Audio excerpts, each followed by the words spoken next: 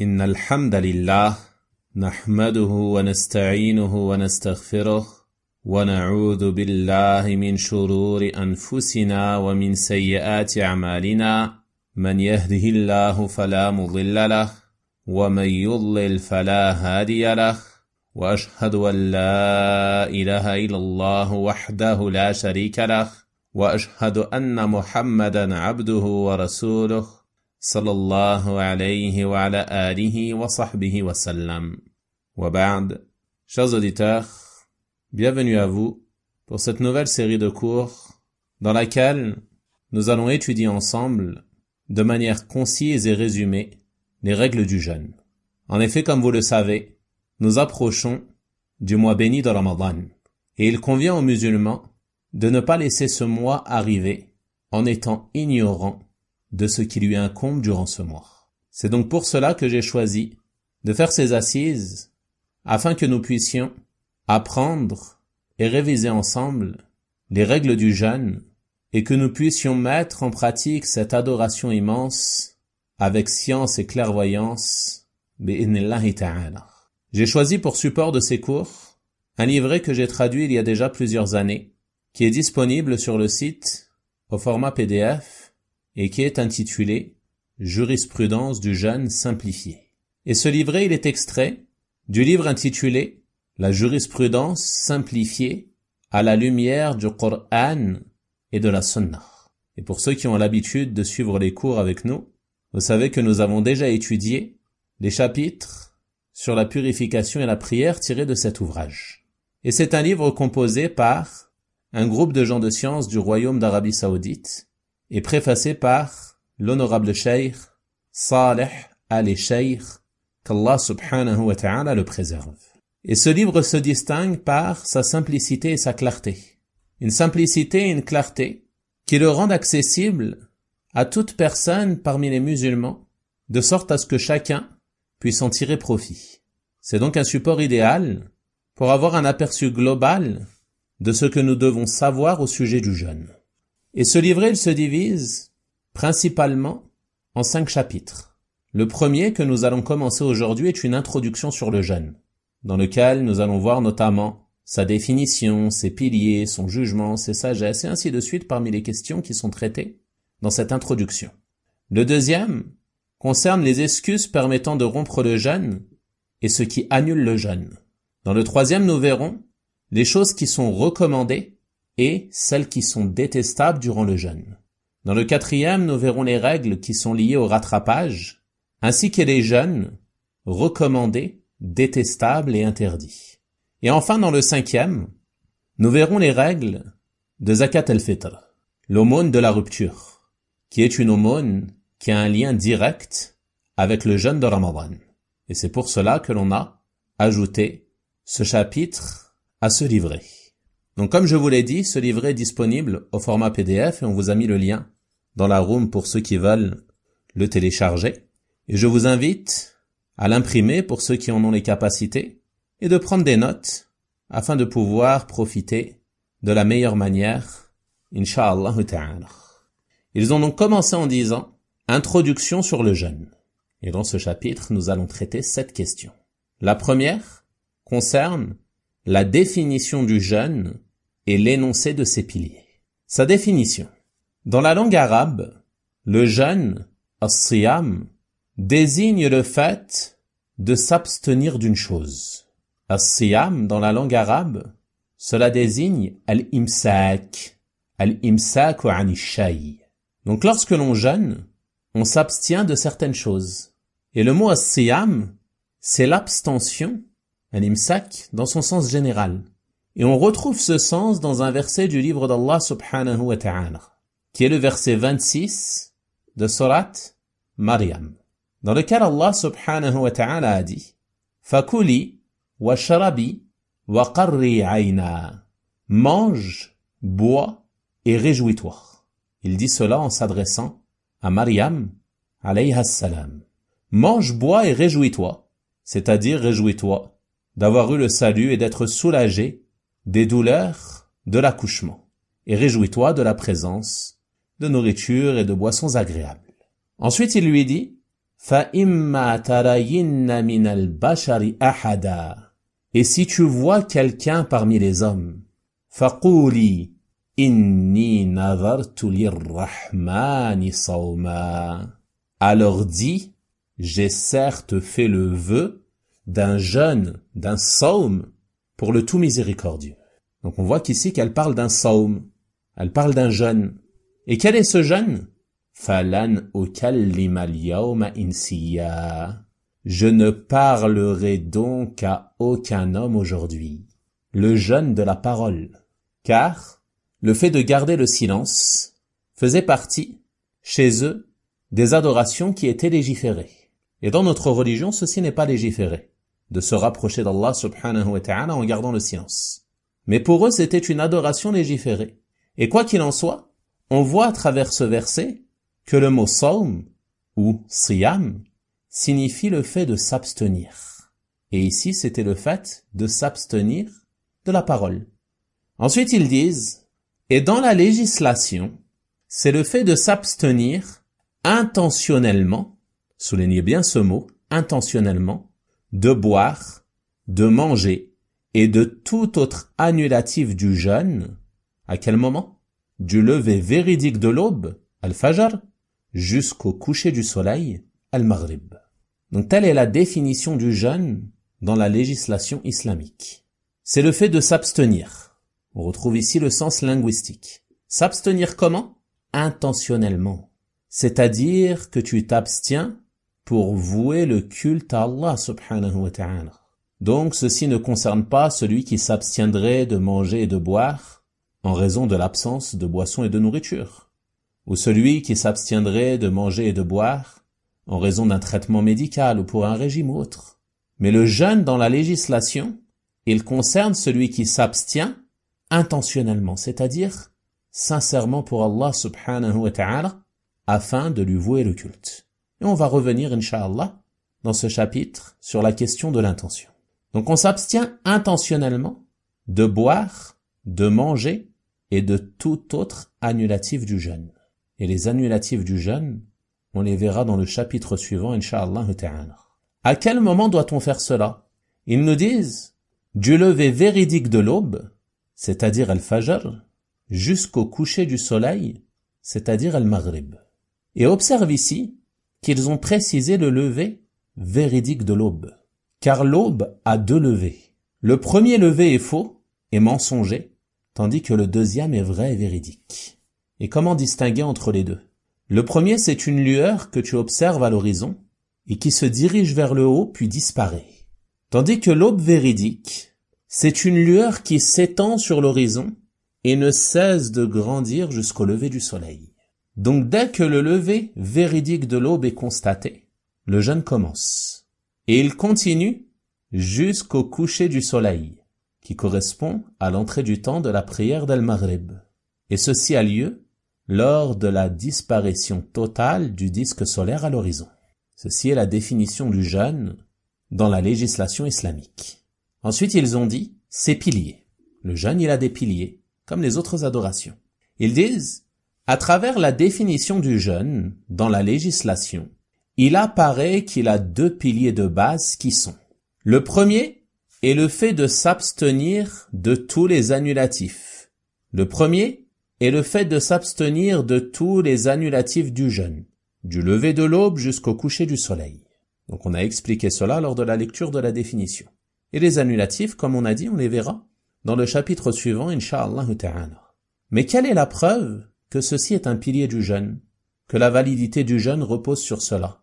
Ils nous disent, la preuve de ce pilier est la parole d'Allah subhanahu wa ta'ala, فَالْآنَ بَاشِرُوهُنَّ وَابْتَغُوا مَا كَتَبَ اللَّهُ لَكُمْ.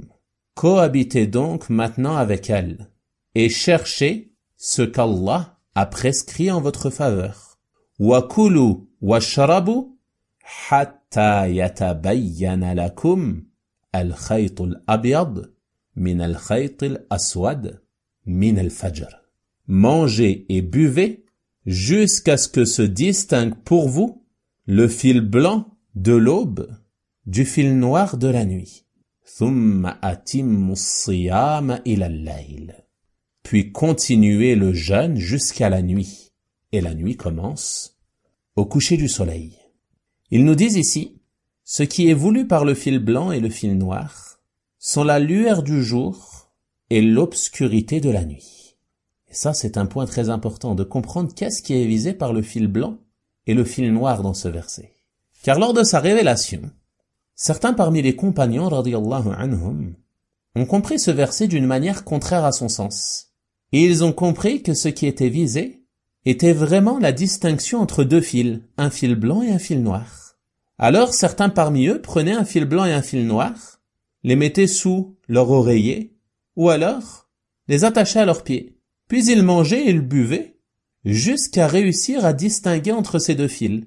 Dès qu'ils arrivaient à distinguer quel est le fil blanc et quel est le fil noir, alors ils arrêtaient de manger. Et la raison de cette compréhension erronée est qu'Allah subhanahu wa ta'ala au départ, il n'avait pas révélé le verset en entier, mais seulement « Wa kulu wa shrabu hatta yatabayyana lakum al-khaytul abyad min al-khaytil aswad » Mangez et buvez jusqu'à ce que se distingue pour vous le fil blanc du fil noir. C'est pour cela qu'ils ont cru que cela concernait réellement un fil blanc et un fil noir. Comme cela est rapporté par les imams al-Bukhari et Muslim rahimahumallahu ta'ala, d'après Sahl ibn Sa'd radiyallahu anhu, qui nous dit « Alors Allah subhanahu wa ta'ala a révélé min al-fajr » la suite du verset, jusqu'à ce que se distingue pour vous le fil blanc de l'aube, min al-fajr, du fil noir, c'est-à-dire le fil noir de la nuit. Alors à ce moment-là, ils ont su que ce qui était visé était le jour et la nuit. Et cette explication est venue de la bouche du prophète sallallahu alayhi wa sallam, comme le rapporte l'imam al-Bukhari rahimahullah ta'ala dans le récit de Adi ibn Hatim radiyallahu anhu, qui était un de ceux qui ont eu cette compréhension du verset et qui prenaient un fil blanc et un fil noir et les plaçaient sous son oreiller. Le prophète sallallahu alayhi wa sallam lui a dit « Ce qui est voulu est seulement l'obscurité de la nuit et la lueur du jour. » Donc en résumé, le premier pilier du jeûne est de s'abstenir de tout annulatif durant un laps de temps. Et ce laps de temps, il commence au lever de l'aube véridique, dès que l'on distingue le fil blanc de l'aube du fil noir de la nuit. Et il termine au coucher du soleil, à la disparition totale du disque solaire à l'horizon. Durant cette période, il est obligatoire de s'abstenir de tous les annulatifs que nous verrons dans le prochain chapitre, Inch'Allah ta'ala. Ensuite, ils disent, le deuxième, c'est-à-dire le deuxième pilier, est l'intention. C'est-à-dire que le jeûneur s'abstienne de tout annulatif du jeûne. Pour quelle raison? Dans le but d'adorer Allah. Cette intention, elle est indispensable pour que ton jeûne soit valide. Car le jeûne est une adoration. Et comme toute adoration, il nécessite une intention. Et ça, c'est d'une grande importance. Car, comme ils nous le disent dans le paragraphe suivant, l'intention permet aux œuvres dont le but est l'adoration de se distinguer des autres œuvres. On a vu que lorsqu'on jeûne, il est obligatoire de s'abstenir de boire et de manger, et autre chose parmi les annulatifs. La question ici, n'est-il pas possible qu'une personne s'abstienne de boire et de manger pour d'autres raisons que l'adoration? La réponse est oui, cela est possible. Il est possible qu'une personne fasse cela pour faire un régime, par exemple. Ou alors, il est possible qu'une personne fasse cela pour un traitement médical. Ou alors, avant une opération. Avant une opération, qui nécessite une anesthésie, bien souvent, on demandera à la personne de venir à jeun. Donc, elle va s'abstenir de boire et de manger. Mais est-ce qu'il est ici en adoration? La réponse est non. Donc, l'intention, c'est elle qui va distinguer entre ses œuvres. Et ils nous disent, elle permet aussi aux adorations de se distinguer les unes des autres. Par exemple, demain nous sommes lundi, et vous savez qu'il est recommandé de jeûner le lundi. Et en plus de cela, nous sommes durant le mois de Sha'ban, qui est un mois durant lequel le jeûne est fortement recommandé. Quoi qu'il en soit, il se peut que certains parmi les musulmans jeûnent demain pour obtenir ces mérites, le mérite du jeûne du mois de Sha'ban, le mérite du jeûne du lundi. Et il se peut que d'autres jeûnent tout simplement pour rattraper les jours qu'ils ont manqués durant le mois de Ramadan dernier. Et qu'est-ce qui va distinguer entre le premier et le deuxième.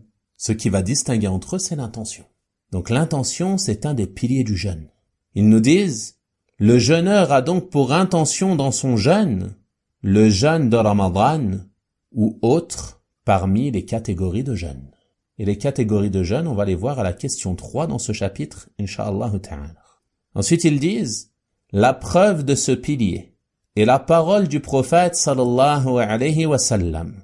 Les œuvres ne valent que par les intentions, et chacun sera rétribué selon son intention. Et ce hadith est rapporté par les imams al-Bukhari et Muslim, rahimahumallah ta'ala. Les œuvres, et parmi elles le jeûne, ne valent que par les intentions, et chacun sera rétribué selon son intention. Celui qui jeûne pour Allah subhanahu wa ta'ala, pour se rapprocher de lui, pour obtenir son paradis, par crainte de son châtiment, celui-ci, il obtiendra, incha'Allah, la récompense de son jeûne. Mais celui qui jeûne, par exemple, pour faire comme ses amis, il a des amis qui jeûnent, il veut jeûner avec eux, sans avoir pour intention de se rapprocher d'Allah. Ou alors d'autres qui jeûnent pour faire comme les gens dans la société dans laquelle ils vivent. Ou alors pour faire comme leurs parents, ou par contrainte, par peur de leurs parents. Alors ceux-là, ils n'obtiennent pas la rétribution du jeûneur. Car les actes ne valent que par les intentions, et chacun sera rétribué selon son intention. Et ça, c'est valable pour le jeûne et pour l'ensemble de tes œuvres, par lesquelles tu espères te rapprocher d'Allah, subhanahu wa ta'ala. Rappelle-toi de cela sans cesse, car ceci est d'une grande importance. Et n'oublie pas qu'Allah subhanahu wa ta'ala est ar-raqib. Il surveille tes intentions. Il est témoin de ton intention. Et il sait parfaitement ce que renferme ta poitrine, car il est al-alim. Il sait parfaitement toutes choses et rien ne lui échappe, subhanahu wa ta'ala. Tu peux cacher ton intention à tes amis. Tu peux cacher ton intention aux gens de ta famille, à tes voisins, aux gens qui t'entourent. Mais tu ne peux pas cacher ton intention à Allah subhanahu wa ta'ala. Car il sait parfaitement ce que renferme ton cœur. Donc lorsque tu jeûnes ou lorsque tu accomplis un acte quelconque par lequel tu espères te rapprocher d'Allah subhanahu wa ta'ala, veille à purifier ton intention et à avouer cet acte exclusivement à ton Seigneur subhanahu wa ta'ala. Et lors de la 7e question, dans ce chapitre, que l'on verra certainement demain, Inch'Allah ta'ala, on va revenir sur d'autres questions et d'autres points qui sont liés à l'intention lors du jeûne. Ensuite, ils ont dit, deuxièmement, c'est-à-dire la deuxième question qui est traitée dans cette introduction, jugement du jeûne de Ramadan est la preuve de cela. On sait qu'il est légiféré de jeûner pendant le mois de Ramadan. Mais quel est le jugement de ce jeûne? Est-ce que c'est un jeûne obligatoire, recommandé? Qu'est-ce qu'il en est? Ils nous disent, Allah Azza wa Jal a prescrit le jeûne du mois de Ramadan. Il l'a prescrit, cela veut dire il l'a rendu obligatoire. Et en a fait un des 5 piliers de l'islam, comme on va le voir dans le hadith de Abdullah ibn Umar, radiyallahu anhuma, comme le démontrent les preuves suivantes. Et nous avons mentionné 2 versets du Coran et 2 hadiths du prophète sallallahu alayhi wa sallam. Allah subhanahu wa ta'ala a dit, Ya ayyuhalladhina amanu, ô vous qui avez cru, kutiba alaykumus siyam, le jeûne vous a été prescrit, c'est-à-dire il vous a été enjoint, rendu obligatoire. Kama kutiba ala alladhina min qablikum, comme il a été prescrit à ceux avant vous. La'allakum tattaqun, ainsi atteindrez-vous la piété.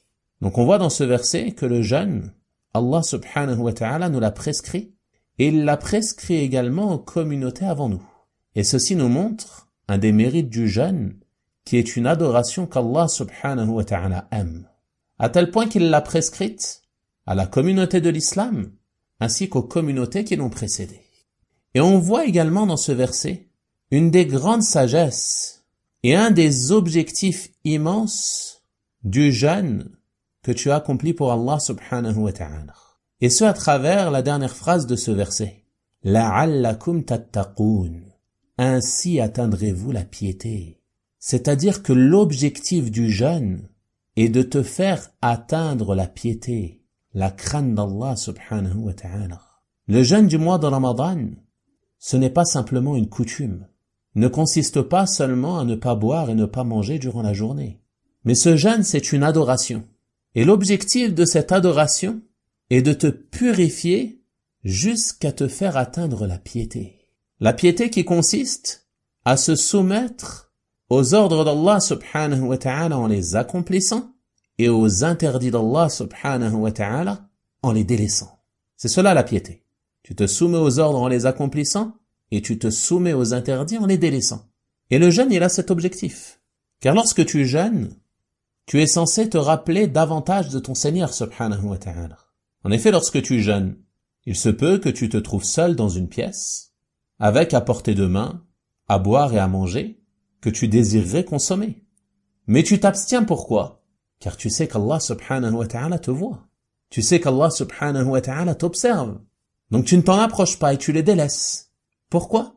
Pour Allah subhanahu wa ta'ala. Et ceci t'habitue et te fait prendre conscience qu'Allah subhanahu wa ta'ala est témoin de tes œuvres et qu'il t'observe constamment. Tu ne fais pas un mouvement, tu ne prononces pas une parole, tu n'as pas une intention sans qu'Allah subhanahu wa ta'ala ne le sache. Donc de la même manière que durant les journées de Ramadan, tu vas délaisser la nourriture et la boisson pour Allah subhanahu wa ta'ala. Tout au long de l'année, durant le mois de Ramadan et durant les autres mois, il t'incombe de la même manière de délaisser ce qu'Allah subhanahu wa ta'ala t'a interdit. Parmi les péchés et les mauvaises actions, tu vas délaisser l'écoute de ce qu'Allah subhanahu wa ta'ala t'a interdit d'écouter. Tu ne vas pas porter le regard sur des choses qu'Allah subhanahu wa ta'ala t'a interdit de regarder, et ainsi de suite. Le jeûne doit te pousser à cela, et te pousser à te réformer, à te corriger, à te repentir à Allah subhanahu wa ta'ala de tes péchés, de tes mauvaises actions, à corriger tes manquements, à chercher à t'améliorer. Car avec le jeûne, bi'idhnillahi ta'ala, ta foi va augmenter. Tu dois donc profiter de cette augmentation de foi pour te rapprocher davantage d'Allah subhanahu wa ta'ala, en faisant des efforts dans les œuvres de bien, et en faisant également des efforts pour corriger tes manquements et délaisser tous les péchés et les mauvaises actions dans lesquelles tu pourrais tomber. Et entre dans le mois de Ramadan avec cette intention, l'intention de te corriger et de te réformer.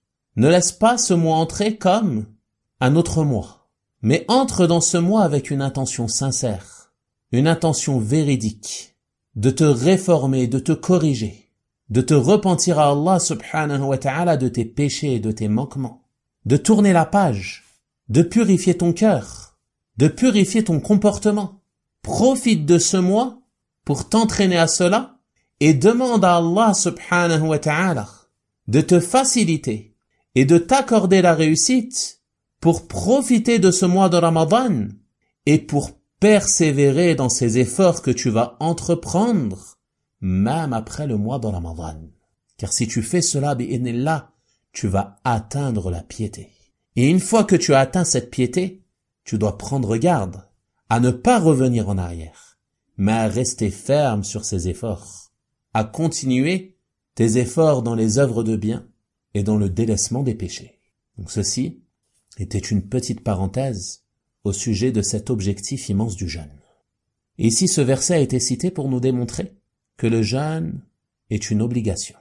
Et ils ont mentionné un deuxième verset qui nous montre plus particulièrement l'obligation du jeûne du mois de Ramadan. Et ils ont dit, et sa parole, « Shahru Ramadan, alladhi unzila fihi al-Qur'an, hudan linnasi wa bayyinatin min al-huda wal-furqan. » Le mois de Ramadan est celui au cours duquel le Coran a été descendu comme guide pour les gens et preuve claire de la guidée et du discernement. Faman shahida minkum ash-shahr falyasum. Donc quiconque parmi vous est présent en ce mois, qu'il jeûne. Quiconque parmi vous est présent en ce mois, qu'il jeûne. Le verbe est employé ici à la forme impérative, c'est-à-dire c'est un ordre, qu'il jeûne. Et la base dans la législation est que l'ordre indique l'obligation. Donc ce verset, qui est le verset 185 de Surat al-Baqarah, il nous démontre l'obligation du jeûne du mois de Ramadan. Ensuite, ils ont mentionné un hadith et ils ont dit Abdullah ibn Umar radiyallahu anhuma a rapporté que le messager d'Allah sallallahu alayhi wa sallam a dit: l'islam est fondé sur 5. L'attestation qu'il n'y a de divinité en droit d'être adoré qu'Allah et que Muhammad est le messager d'Allah. L'attestation qu'il n'y a de Dieu en droit d'être adoré qu'Allah et que Muhammad est le messager d'Allah. L'accomplissement de la prière, l'acquittement de l'aumône, la zakat, le jeûne de Ramadan et le pèlerinage à la maison d'Allah pour ceux qui en ont les moyens. Et ce hadith est rapporté par les deux imams, Al-Bukhari et Muslim, rahimahum Allah ta'ala. Donc on voit dans ce hadith que le jeûne du mois de Ramadan fait partie des piliers sur lesquels l'islam est fondé. Et c'est le 4e pilier, le jeûne de Ramadan. Ensuite ils ont dit, Talha ibn Ubaydillah, radiyallahu anhu, a rapporté qu'un bédouin aux cheveux ébouriffés vint au prophète sallallahu alayhi wa sallam et lui dit: Ô messager d'Allah, informe-moi de ce qu'Allah a rendu obligatoire pour moi comme jeûne. Il répondit: le mois de Ramadan. Donc on voit à travers cela que le jeûne du mois de Ramadan est une obligation. Il dit ensuite: dois-je accomplir autre que celui-ci? C'est-à-dire, y a-t-il un autre jeûne qui est obligatoire pour moi? Il répondit: non, sauf si tu le fais volontairement. C'est-à-dire, sauf si tu jeûnes de manière surérogatoire. Et ce hadith est rapporté par Al-Bukhari et Muslim, rahimahum Allah ta'ala. Ensuite, ils disent: et la communauté est unanime sur l'obligation du jeûne de Ramadan, qu'il est un des piliers de l'islam, qui font partie des choses nécessairement connues de la religion, et que celui qui renie cela est un mécréant qui a apostasié de l'islam. Donc la communauté est unanime sur l'obligation du jeûne de Ramadan. Et l'unanimité, c'est une preuve. Pour ceux qui ont suivi avec nous les cours sur la jurisprudence simplifiée, lorsque nous avons étudié les règles de la purification et de la prière, le premier cours de cette série était une introduction sur l'étude du fiqh, une introduction sur l'étude de la jurisprudence. Et parmi les questions que nous avons vues dans ce cours, il y a les sources de la jurisprudence. Qu'est-ce qui est considéré comme une preuve? Et on a vu qu'il y avait 4 choses.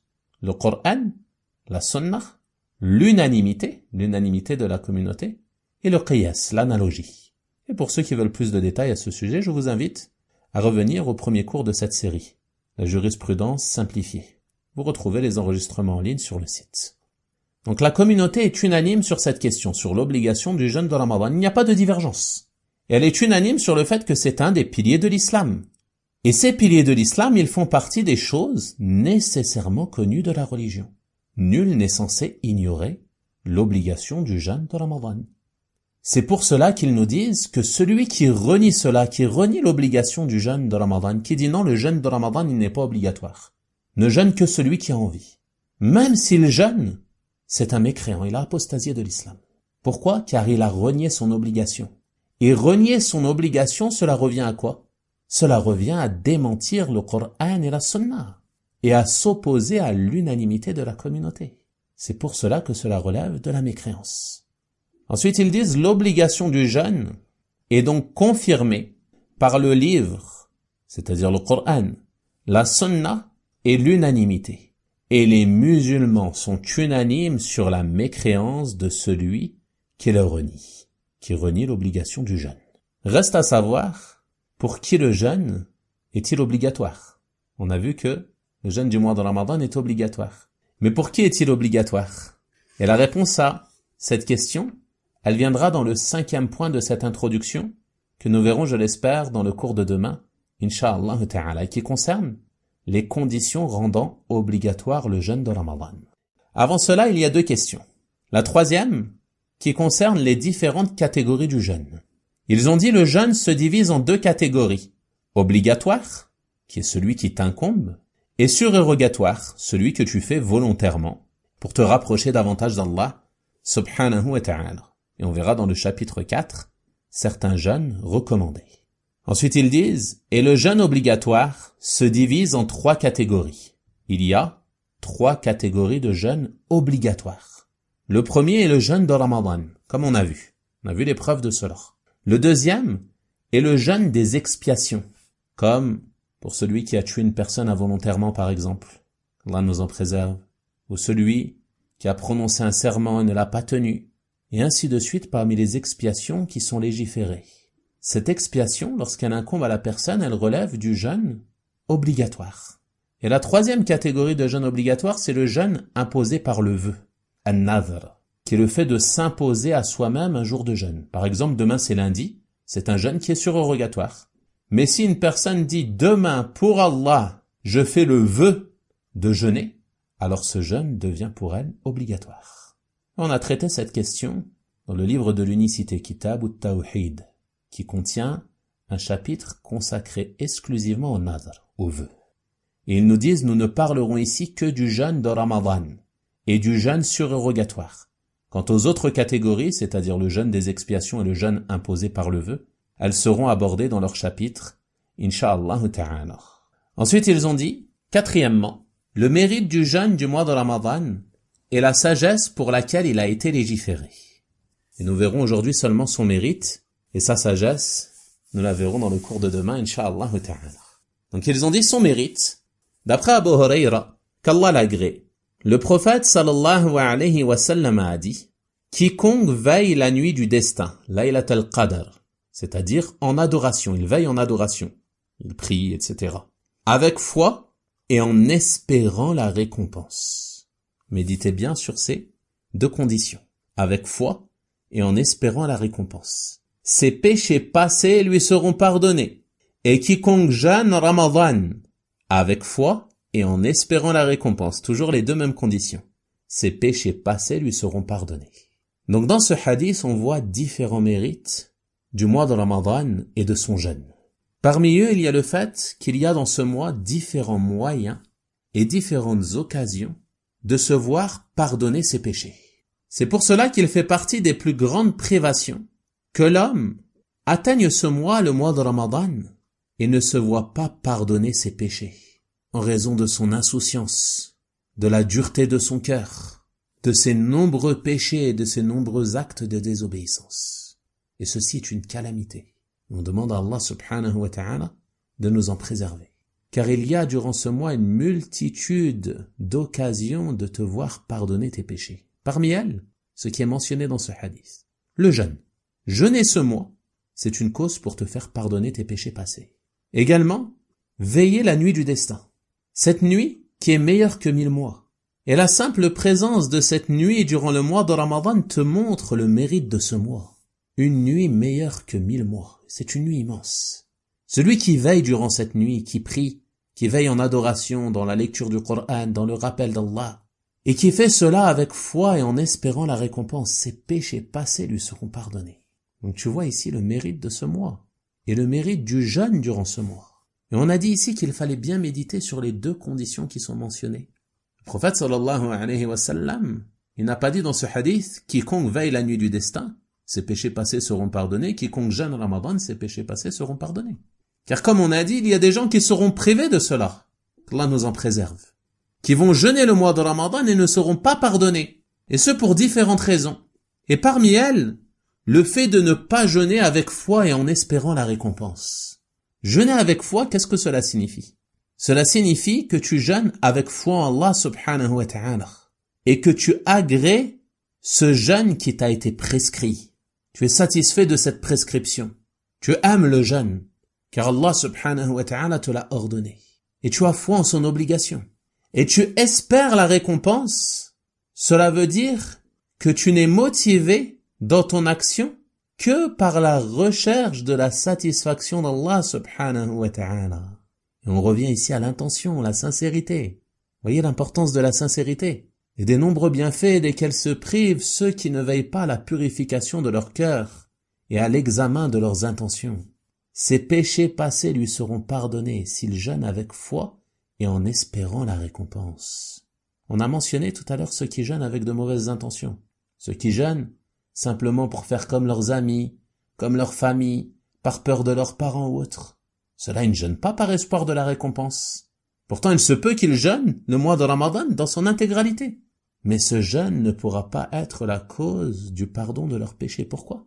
Car ils n'ont pas jeûné avec espoir de la récompense. Ils n'ont pas jeûné sincèrement pour Allah subhanahu wa ta'ala.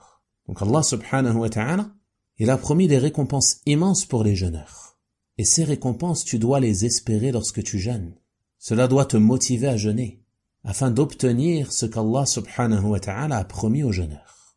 Ensuite, ils ont dit, d'après lui également, c'est-à-dire d'après Abu Huraira, radiyallahu anhu, le prophète sallallahu alayhi wa sallam a dit, les 5 prières, c'est-à-dire les 5 prières quotidiennes, la prière du vendredi à l'autre, le jeûne du mois de Ramadan jusqu'au suivant, expie les péchés qui sont commis entre eux. Sans condition? Non, il y a une condition. À condition que les grands péchés soient évités. S'il y a un S, à condition que vous pouvez retirer. C'est une faute de frappe. Donc on voit dans ce hadith le mérite des 5 prières, le mérite de la prière du vendredi et le mérite du jeûne du mois de Ramadan. Lorsque tu accomplis ces adorations les unes à la suite des autres, lorsque tu fais la deuxième après avoir fait la première, celle-ci est une cause pour expier les péchés que tu as commis entre la première et la deuxième. Tu fais la prière du Fajr, puis tu fais la prière de Dhuhr. Lorsque tu fais la prière de Dhuhr, ceci est une cause pour expier les péchés que tu as commis entre le Fajr et le Dhuhr. Et ainsi de suite pour l'ensemble des prières. Lorsque tu fais la prière du vendredi, puis que la semaine d'après tu retournes faire la prière du vendredi, celle-ci est une cause pour expier les péchés que tu as commis durant cette semaine-là. C'est une deuxième expiation. Tu as l'expiation quotidienne entre chaque prière, puis l'expiation du vendredi au vendredi. Ensuite, le jeûne du mois de Ramadan. L'année dernière, tu as jeûné. Cette année, tu vas jeûner le mois de Ramadan. Ce jeûne, il va être une cause d'expiation des péchés qui ont été commis tout au long de l'année. Donc tu vois qu'Allah subhanahu wa ta'ala est généreux, qu'il est bienfaisant, qu'il est miséricordieux, et qu'il nous a donné une multitude d'opportunités pour nous faire pardonner et expier nos péchés. Mais ici, le prophète sallallahu alayhi wa sallam nous a précisé un point important. Il a dit, à condition que les grands péchés soient évités. À condition que les grands péchés soient évités. Qu'est-ce que cela signifie? Cela signifie que cette expiation, elle concerne les péchés mineurs. Quant aux péchés majeurs, pour te voir pardonner, il est nécessaire de te repentir à Allah subhanahu wa ta'ala d'un repentir sincère, en remplissant les conditions du repentir. Quant aux péchés mineurs, ils peuvent être expiés par ces adorations. Mais ils ne te seront expiés que si tu évites et que tu t'écartes des grands péchés.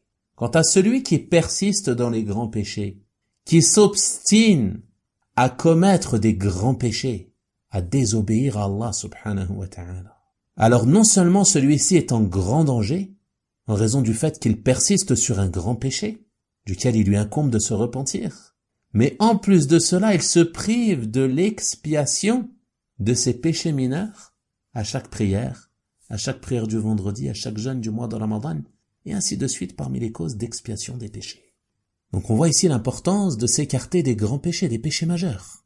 Et les péchés majeurs, il ne faut pas penser que c'est simplement le meurtre, la fornication, la consommation d'alcool ou de drogue, et ainsi de suite, non.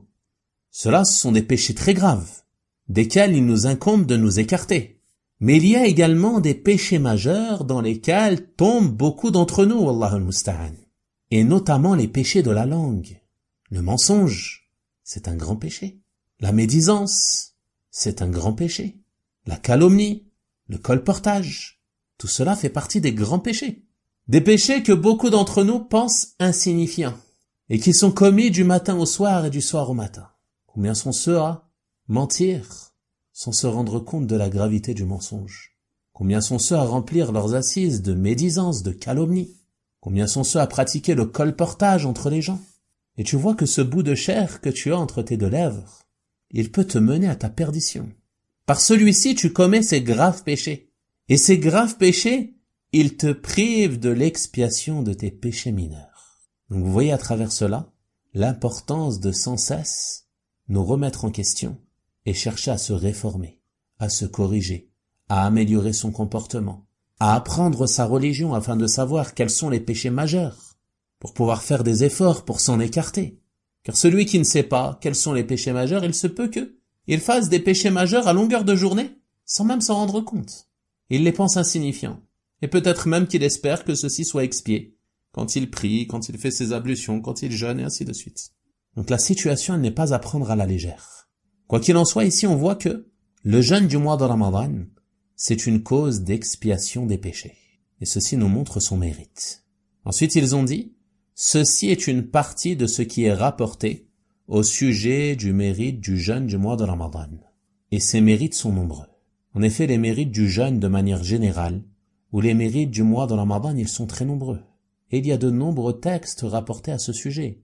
Entre dans cela le fait que durant ce mois, durant le mois de Ramadan, les portes du paradis sont ouvertes, les portes de l'enfer fermées, les démons sont enchaînés.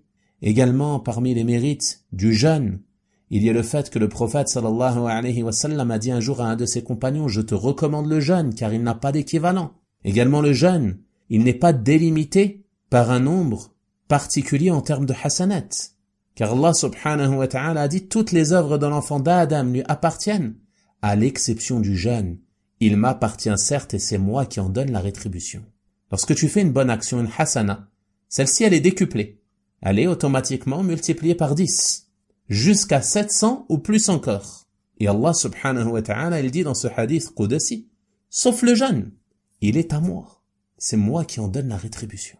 Également parmi les mérites du jeûne, il y a le fait que c'est une protection. Tu te protèges par le jeûne des péchés et des mauvaises actions, et tu te protèges du feu de l'enfer. Et également parmi les mérites du jeûne, il y a le fait qu'il intercédera pour celui qui le pratique au jour de la résurrection. Comme il est venu dans le hadith, le prophète sallallahu alayhi wa sallam a dit, le jeûne et le Coran intercéderont pour le serviteur au jour de la résurrection.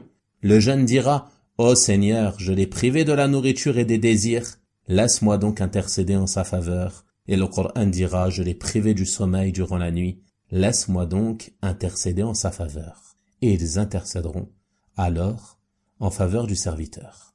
Donc ceux-ci sont certains des mérites parmi les nombreux mérites du jeûne et du mois de Ramadan qui ont été confirmés dans les textes du Coran et de la Sunna. Ensuite, ils ont mentionné la sagesse pour laquelle le jeûne a été légiféré, mais nous continuerons la lecture de ce chapitre lors du cours de demain. Inch'Allah ta'ala. On va donc s'arrêter là pour aujourd'hui. Wa sallallahu wa sallama wa baraka ala nabiyyina Muhammad wa ala alihi wa sahabatihi ajma'in. Walhamdulillahi rabbil alamin wa barakallahu fikum.